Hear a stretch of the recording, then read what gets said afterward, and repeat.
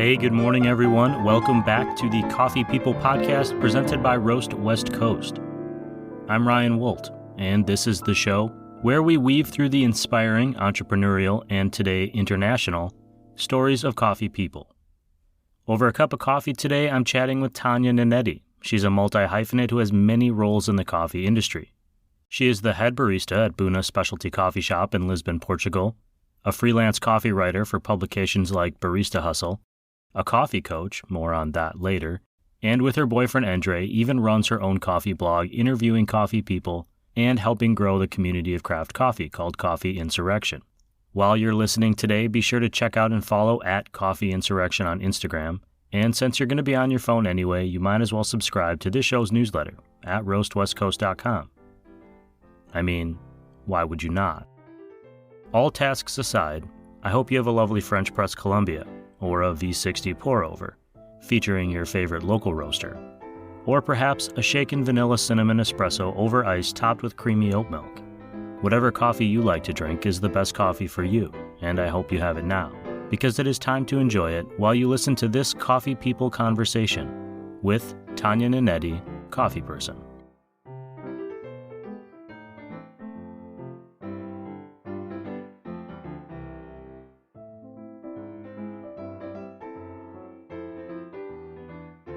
Hi, how are you? Hey, good, you? I'm very good. Thanks for meeting with me. You're welcome. Thank you so much for the opportunity. Tanya, welcome to the Roast West Coast Coffee Podcast. This is exciting. You're our first international guest. Oh, cool. It's really exciting also for me. Thank you so much.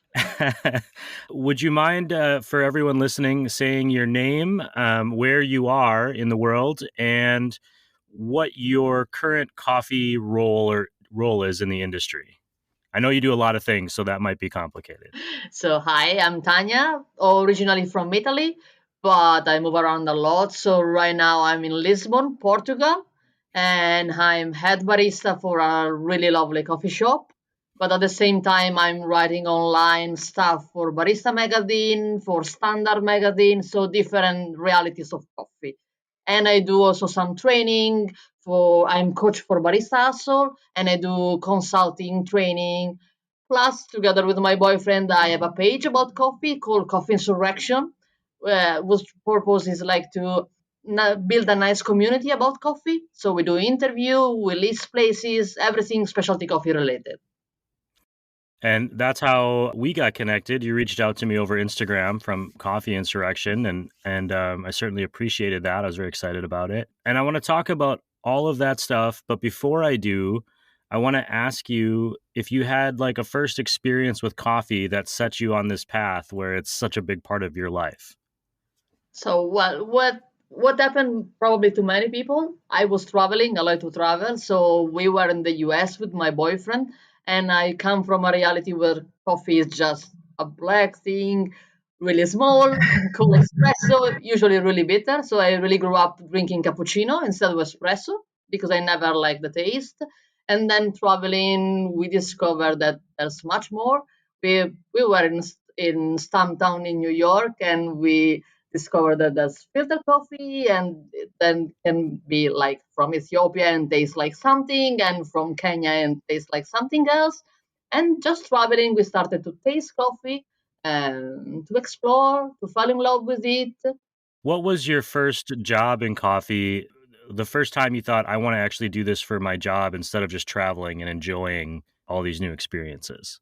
So when together with my boyfriend, we were doing totally different stuff before, and then we went back to high school. In Italy, there's a high school for like culinary, bartending, and everything. So we took our second diploma in this kind of job, and then I landed in a small coffee shop in Bologna that were doing specialty, and yeah, I discovered that I was really into it. Was like what I wanted to do in my life. That's it. That's really interesting to me. You said that you studied it in high school, a high school for like hospitality or bartending or that kind of thing. Is that an option about what age are you at? Is that an option where you can start to look at a career earlier on? Because for me, like nobody even talked about that until I was much older. So in Italy, basically, you can do as a together with the normal high school. That's one high school that is specific for hospitality job. So if you do it as a kid, it covers working in a hotel, working in a restaurant, and in a bar, mostly as a bartender. But anyway, you learn also to do coffee. But you can also do it in the evening. So that's what we did with my boyfriend. We had already a diploma since we were kids, so we did a second diploma. And being adult, of course, you do different things. So you learn how to cook, and that's the path that my boyfriend chose. And you learn also how to do in front of the bar. And so these, together with some other classes like SCA classes and other stuff, led me to this kind of job. You mentioned that you started working in Bologna at a specialty coffee shop. When did you start writing about coffee and creating content about coffee? Your boyfriend's name is Andre, I believe. Yeah, Henry. Yeah. And Coffee Insurrection is kind of your project together. It's more than a project, but it's what you do together. Yes. When did that become something you were inspired to start doing? So I love to write. I always wrote stories, just fiction, classic short stories, usually in Italian because it's my mother tongue. But then, among all the rest, we wanted to do this page about specialty coffee for a long time, especially because we love to travel. So we wanted to create a point of reference for people traveling. So the page has no judgment, nothing. We really want to just to highlight the community. So we don't do review anything. And then, of course, there was COVID that kind of killed our dream and everything. I was working and living in Berlin, and I went back to Italy. And there was a big, long winter without a job because being barista was really difficult in that moment. So that was finally the time that we took to create the website, actually to start it. So we started just the two of us, and we still are the two of us. So we designed the logo, everything. And my boyfriend, he could with computer, so I did the practical part, and I started to create content, a little bit of social media, all the rest. So that's how it started. Well, and it's growing. You also work with Barista Hustle and write for them as well. I actually had one of my first real coffee experiences in Italy, and I was very early on in my drinking coffee experience, and I was always amazed the difference in Italian coffee culture where people will run in and drink an espresso like throughout the day. Yeah. And for me, it's like, okay, in the morning and I sit and it takes me 20, 30, 40 minutes to drink a cup of coffee. I always thought that was just a different, it was so involved in the daily life there when I was visiting. You mentioned earlier that you're a coffee coach. What does a coffee coach do? Personally, I do many different things, really depending about who I'm teaching to, who I'm coaching to. Like Portugal, where I'm currently, is still a starting market, so there are not many people into specialty coffee. There are many expats that work in the industry and that they are already into coffee. They know already. So mostly I train my coworker, like I'm head barista, so all the girls and guys that comes working with me, I train them, I share my knowledge with them.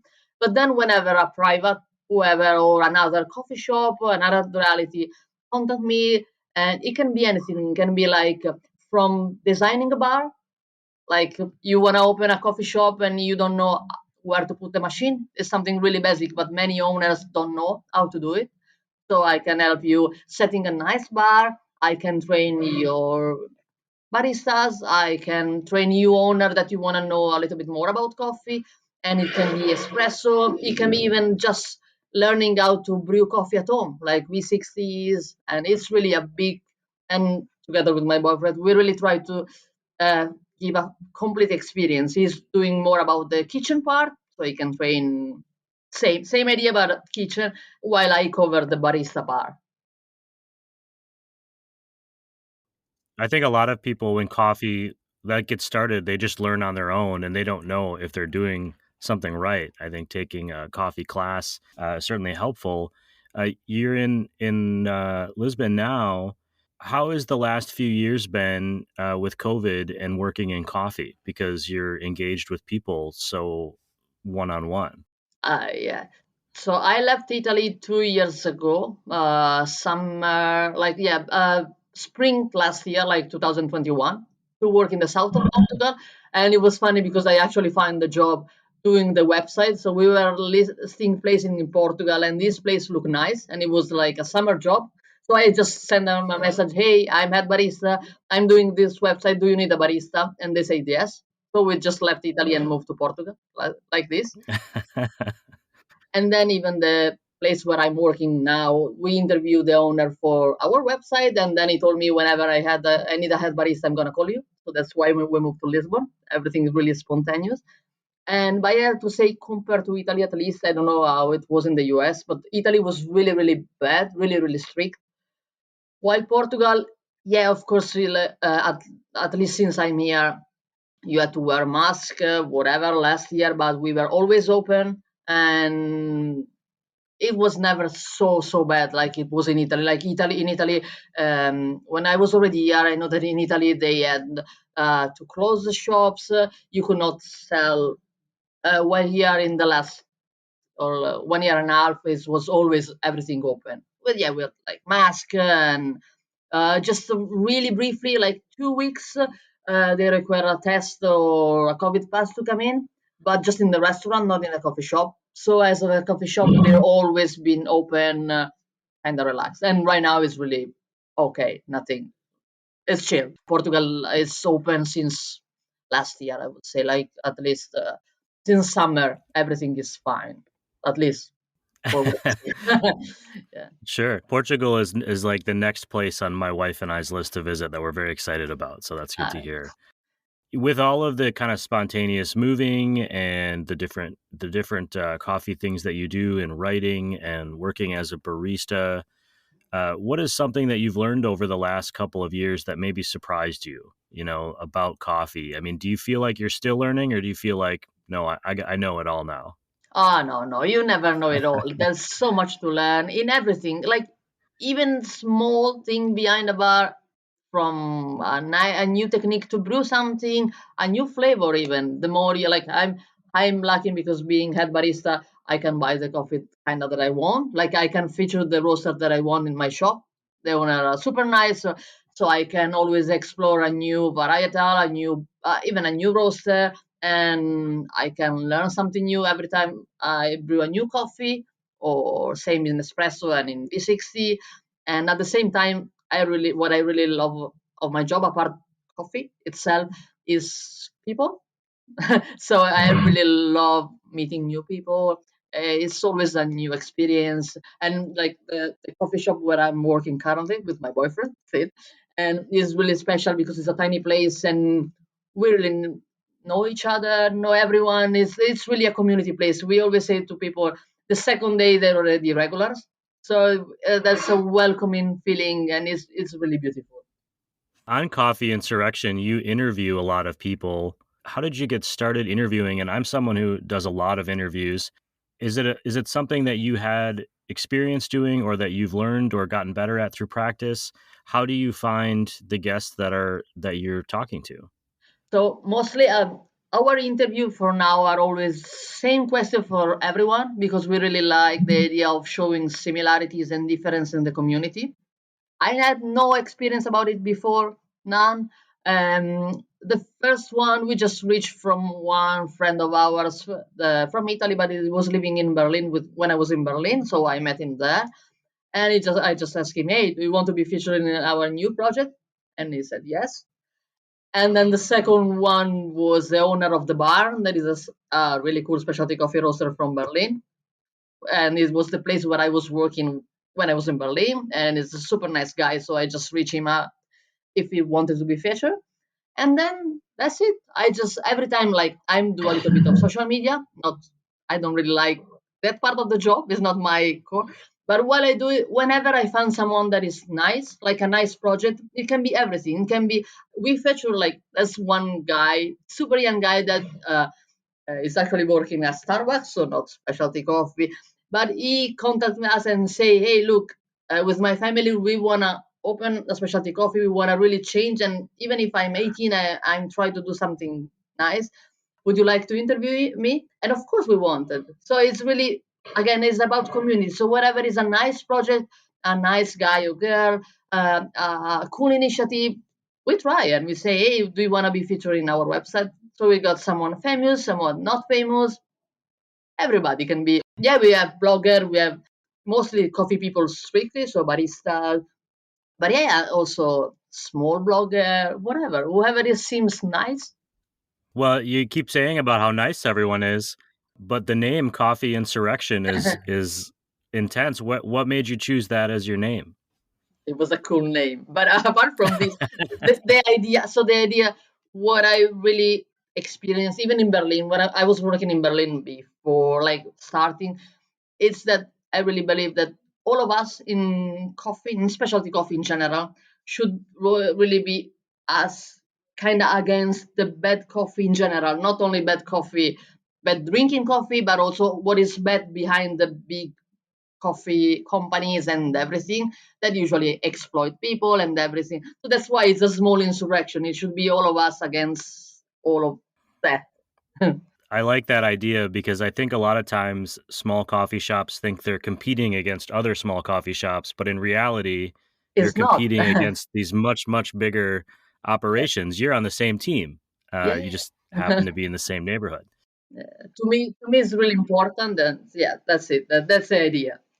What are you and Andre working on next? I mean, how is this going to grow? I think one thing I wanted to mention, I almost forgot, but as you mentioned that you are teaching people about coffee as a coach, as a head barista, and using Coffee Insurrection to create a community, you're kind of creating this network of people who are learning from you, and then they're going to teach somebody and they're going to teach somebody. Have you seen that at all, where anyone who's worked with you or worked for you has gone on and done more things? Do you see that as a future, or is that just kind of a lucky vision Uh, from of afar? course, like it's still growing the specialty coffee industry. So I train people that now work in other coffee shop. So I really hope that everybody is keep sharing knowledge. That's really important to me.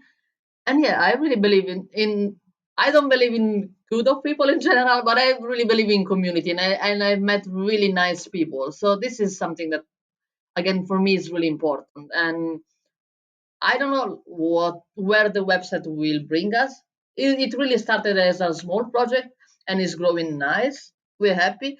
Um, we're not like we're not making money out of it, of course, right now. But everything, but anyway, it's helping us a lot in like I got the like writing job for Barista Magazine just because I was doing the website and I found that they were looking for writers. So I say, hey, why not? I'm already writing in English. Let's try. And I pitched some stories and they were happy about it. So it's just, and I met new people through the coffee shop and they told me, ah, yeah, why don't you like look for this job or like this writing stuff? So it's just really growing a lot. And yeah, what we're going to want to do, keep traveling. It's really what we love. So the idea is keep working here until we're happy, and then who knows. And but in the meantime we're probably gonna go Colombia in a couple of months, having a trip, visiting new stuff, visit some coffee farm, meeting people. And at the same time what we do with the website is again putting like one city at a time. We can map all the specialty coffee scene whatever we can. It's never be complete, but it just are small stuff. And then when we travel, we visit places and we share the place. That's all on my Instagram. Like I say, we're here, we've been there. So in this way, like we interact with people, and yeah, that's the idea. Well, I like that. When you are traveling and you go into a new coffee shop, what do you like to drink for yourself? Ha, it depends. So, like right now, I'm working mostly with really light roasted coffee that I love, and that's why I keep ordering. So it depends if I know what the coffee shop is serving, which kind of brand it is, it depending. So if I know that I would probably like a V60 is what I choose. If it's something that I know that it may be more dark, I stick with first a latte and then see what happens. I really love, like, in the morning I do a double latte and then I see if it's really really bitter and I will probably not like it. Maybe I don't do a filter. If it's okay, maybe I do a filter. It really depends. I love every kind of coffee depending about the moment of the day, the if I'm traveling, if I'm chilling. So it's really, like, I think that filter and double espresso, of course, help more about like tasting the coffee, but I want to also enjoy it. So if it's something that I know that is going to be really bitter, I will not order a filter. Do you see the specialty coffee scene in your region right now, in Portugal, in Western Europe? Is it continuing to grow, or people are getting more excited about it?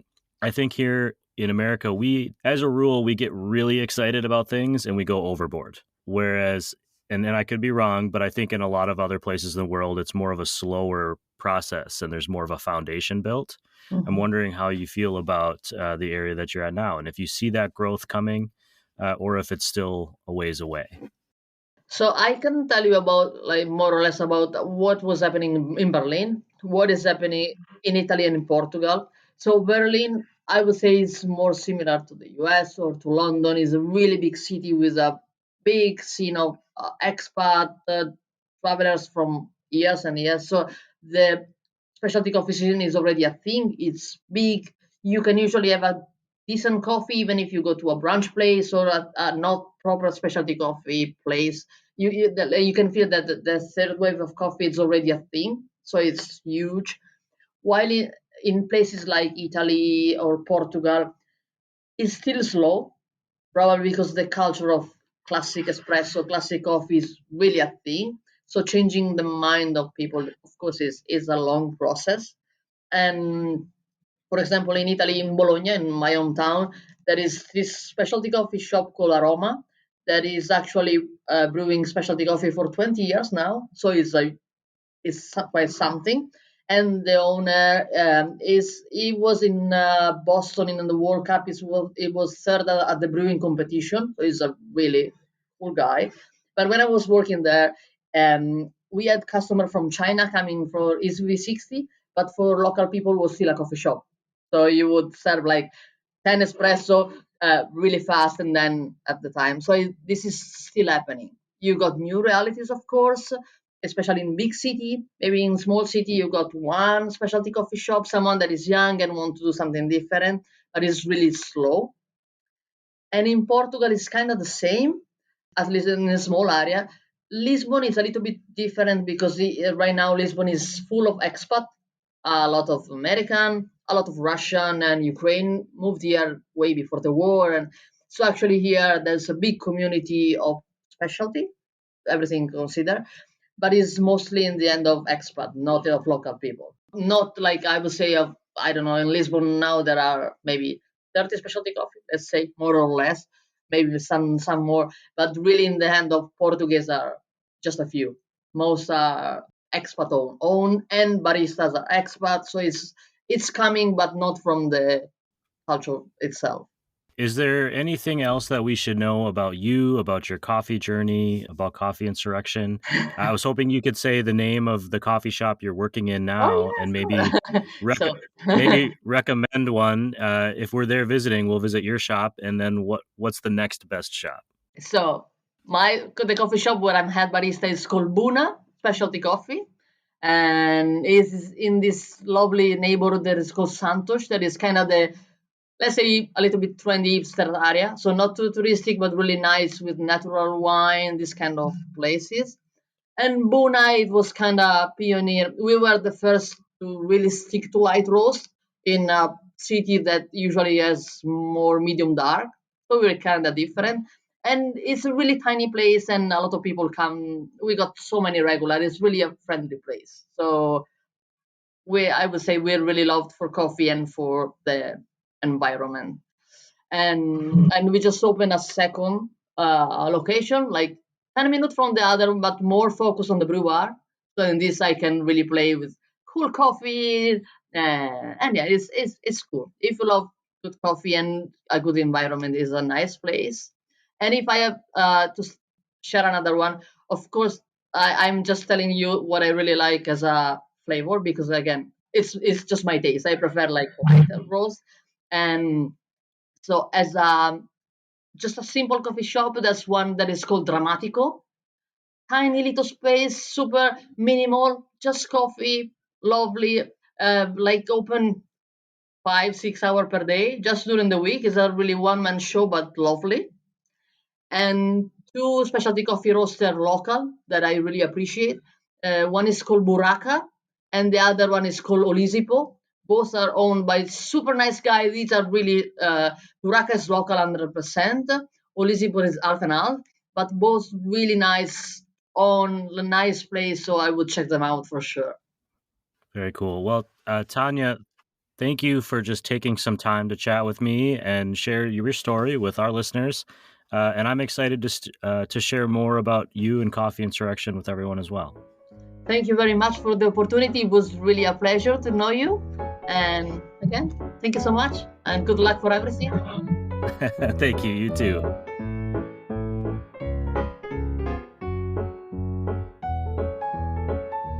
Okay, to recap. Travel is a huge influence on Tanya and Andre's coffee journey. She has a personal Instagram for travel and coffee at Tanya_coffee_travel that you should be following right about now. Coffee Insurrection is geared towards travelers. Consider it a point of reference to be inspired to keep moving, keep traveling, and keep exploring. I'm glad we have coffee to guide our adventures. I was really intrigued by Tanya's early schooling experience. The idea that there is a high school trades program for skills like culinary seems really smart. I did a very little bit of digging into the Italian secondary school system to find out that there are multiple tracks a student can take after reaching what American students would consider their junior year.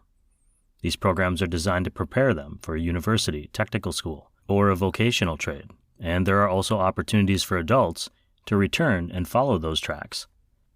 For Tanya, the coffee learning process is ongoing.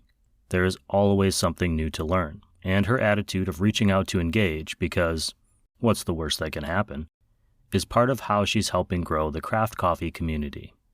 That, and by running Buna, where by the second visit, guests become regulars. You can follow Tanya on Instagram at Coffee Insurrection or head to coffeeinsurrection.com to read the interviews and track Tanya and Andre's coffee adventures far and wide. If you're searching but not finding, I'll also include those links in this show's podcast notes and in the Roast West Coast Coffee People newsletter. You remember, you subscribed at roastwestcoast.com earlier, didn't you? Let's assume that you did. There, you can also find the brand new Coffee Smarter Education podcast. The first several episodes are out now, including the most recent on the French press. Listen to Coffee Smarter if you're trying to learn the ins and outs of making a better cup of coffee at home. You can find it on roastwestcoast.com, obviously, or search for Coffee Smarter on your favorite podcast platforms, like Apple or Spotify. Then if you got a minute, please rate the show. It really helps us expand our reach to more people. This podcast's coffee industry partners also help me get the show out, and they include Café Laterre, Steady State Coffee Roasting, Camp Coffee Company, Coffee Cycle Roasting, Ignite Coffee Company, Maria Coffee, First Light Whiskey, Cape Horn Coffee Importers, Zumbar Coffee and Tea, Ascend Coffee Roasters, and Moster Coffee Company. I just stopped into Moster Coffee's newest location in Bankers Hill, San Diego earlier this week, and I had a great light roast Guatemala served to me by Stephanie, who was a really good barista. She gave no indication that I was a crazy person, even though I placed 3 separate orders in multiple visits on the same day. I'll just say that everyone loves the guy showing up to the meeting with Moster Coffees for everyone. To all of you out there, everyone, everywhere, around the world, thank you for listening and supporting this show. I love hearing your stories and the stories of coffee people and being inspired to continue down this coffee rabbit hole. I hope that you do too. This episode of the Coffee People podcast, presented by Roast West Coast, has been written, produced, and recorded by me, Ryan Wolt. I hope this episode has found you happy, healthy, and with at least enough sanity to make it through the day. Always tip your baristas and be sure to drink good coffee.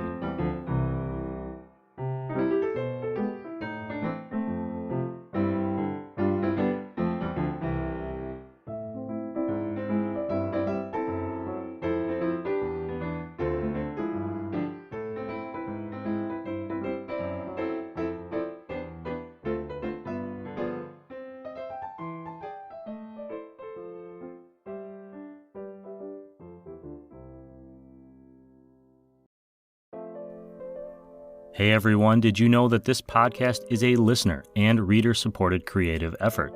It's true. Here's how you can help support the show. Rate and review the podcast on your favorite platform, like Apple or Spotify. With enough ratings and reviews, the show gets picked up in the recommendations algorithms, which is really helpful. Subscribe to the free newsletter at roastwestcoast.com. More coffee education, coffee experiences, and stories to tell. And finally, if you are able, consider jumping up to the paid subscription option on roastwestcoast.com. I know, why would you do that? You can listen to the show for free. The best reason is to support the creation of this coffee effort. The more paid subscribers, the more time and energy we can devote to creating this podcast and newsletter, sharing even more coffee content, and most importantly, connecting coffee people around the world. Thank you for subscribing, and thanks for drinking good coffee.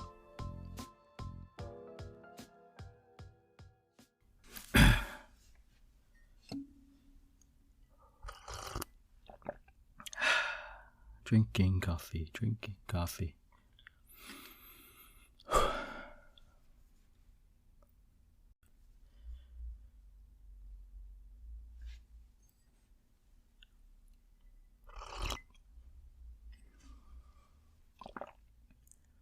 Waiting for the big truck.